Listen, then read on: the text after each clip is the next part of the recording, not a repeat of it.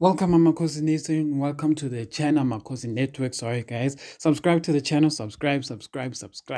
Yay, this subscribe thing is serious, guys. I think in the past week, we only had one subscribe.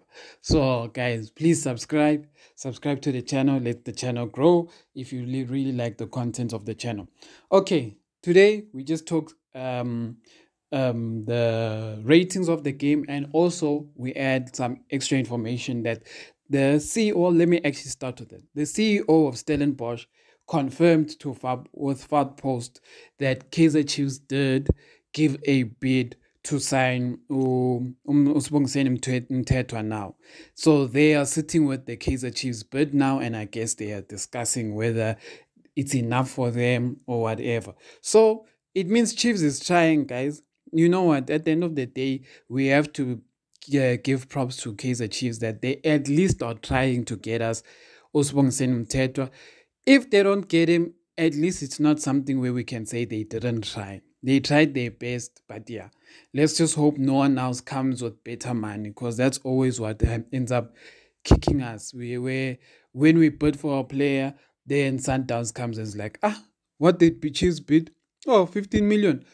Tina said 25, and then yeah, obvious. What do you want? Do you want 25 million or 15 million? I go for 25 million. There's no way you'll take less. So yeah, that is it. Let's hope we get him. Let's hope Chiefs is offering some players. People are rumoring that Chiefs might also be offering to give them Unkosi Ngcobo on loan or something like that. I don't know about how I feel about that. That for me is seer, but if he is gonna go to a team that's gonna improve him, it will be Stellenbosch. So I'll give them that. But anyway, ratings. We're gonna be quick today. Gonna go there. We won't go too deep into the ratings. But yeah, Peterson didn't really have much that challenged him. We gave him a 6 for just being there in the goals, because he didn't really have much of a job.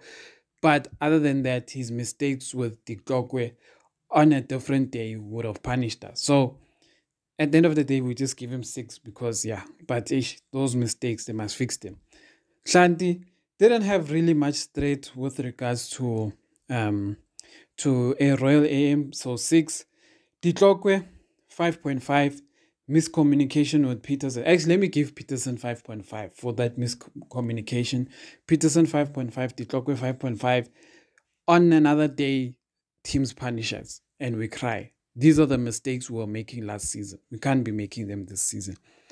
Simango, yeah, he also didn't have much of a threats in the game, so give him 6.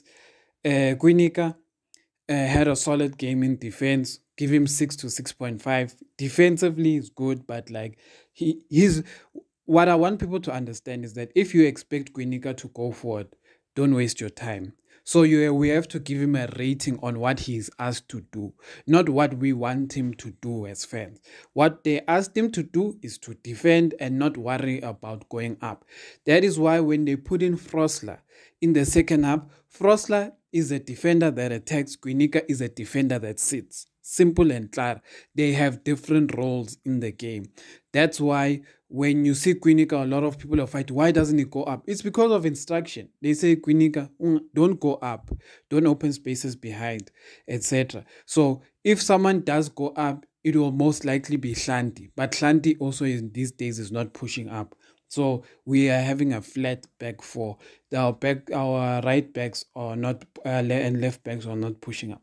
So Kwinika, for doing the job that they asked him to do, to defend, 6 to 6.5, even though that Kele boy was on fire with him there. But yeah, Matt I give 6.5. A lot of people are giving Matt 7.5. They want 7.5, 7.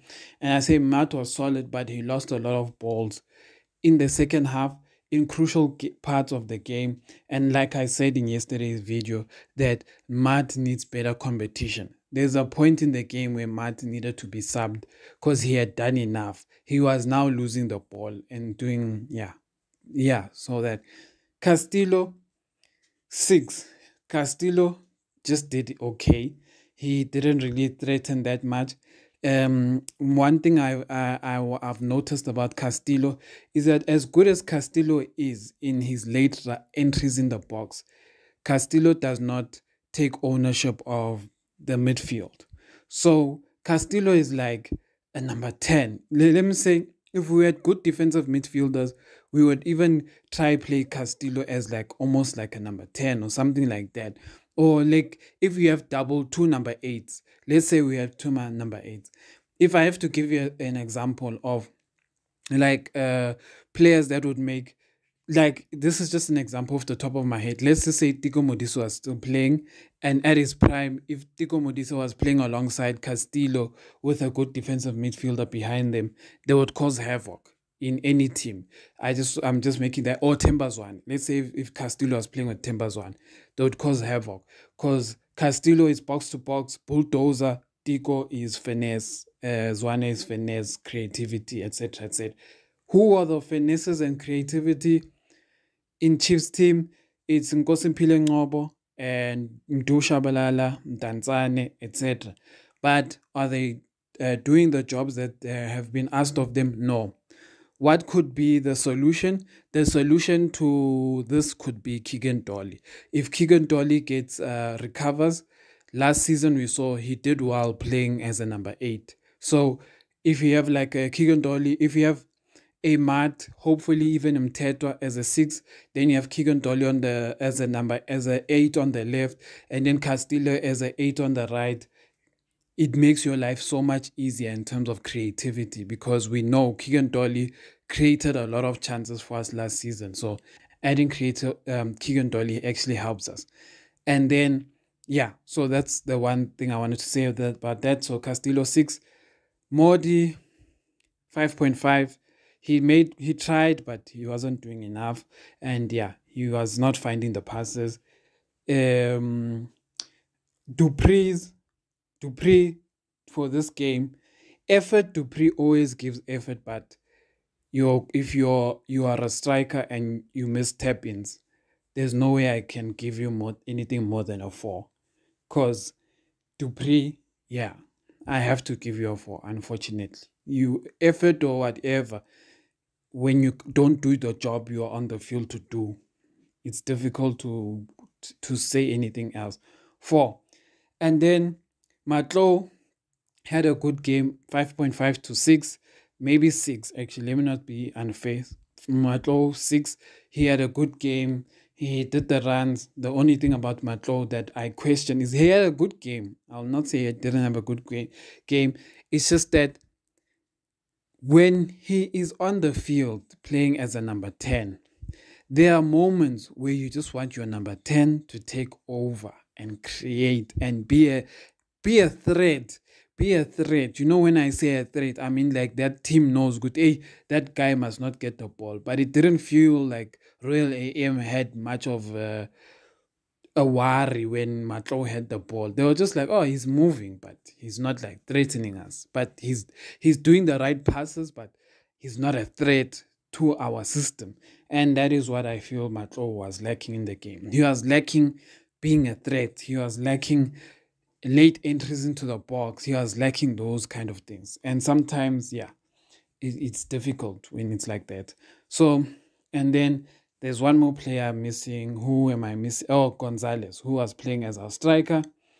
Gonzalez, I have to be fair, give him a 5 for, yeah, a striker's role is to be in the box. He was hardly in the box, so he didn't really do much.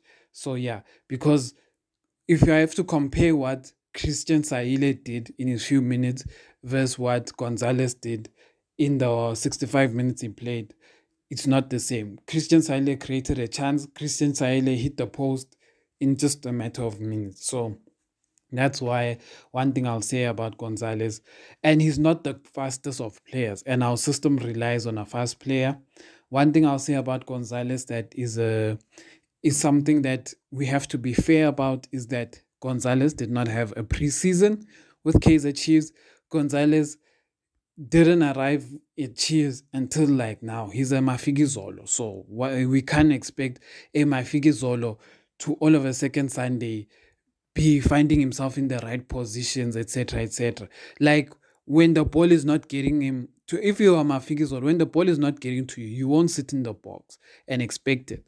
Because what happens is that you feel like, no man, I must show good I'm here. And then you'll do things like running around for no reason, etc. But if you have trained with the team, you will know, good, my aim is to be in the box. So if your aim is to be in the box, your runs will be in and around the box. They won't take you too far away from the box. So that's one thing I'll say about that. Especially if you're slow. I don't understand why slow strikers wanna go all the way to the corner flags if they are slow. Because it's like, oh, if you're at the corner flag, who is going to score? But anyway, so I give him a 5. Christian Saile, I give a 6. He did well when he came on, but he missed a chance. He created a chance, missed a chance, but he missed a chance. So yeah, that I'm trying to remember the other subs. Nkosimpile Ngobo, 4. He had no impact. They played him too deep. Nkosimpile Ngobo definitely is not a player who plays that deep. Nkosimpile Ngobo is a player that needs to be by the closer to the box. He's the number 10/false 9, if you want to put it that way. So 4. Mduduzi Shabalala, Mdu 5 to 5.5. He was there, he showed energy, but didn't really do anything. He didn't do anything. So 4 to 5.5. Frosler, I'll just give 5.5. He did his job and he created chances. The chance that Saile missed was basically that hit the post. It was basically to Frosler who found Dupree for that chance. So yeah, I give him that.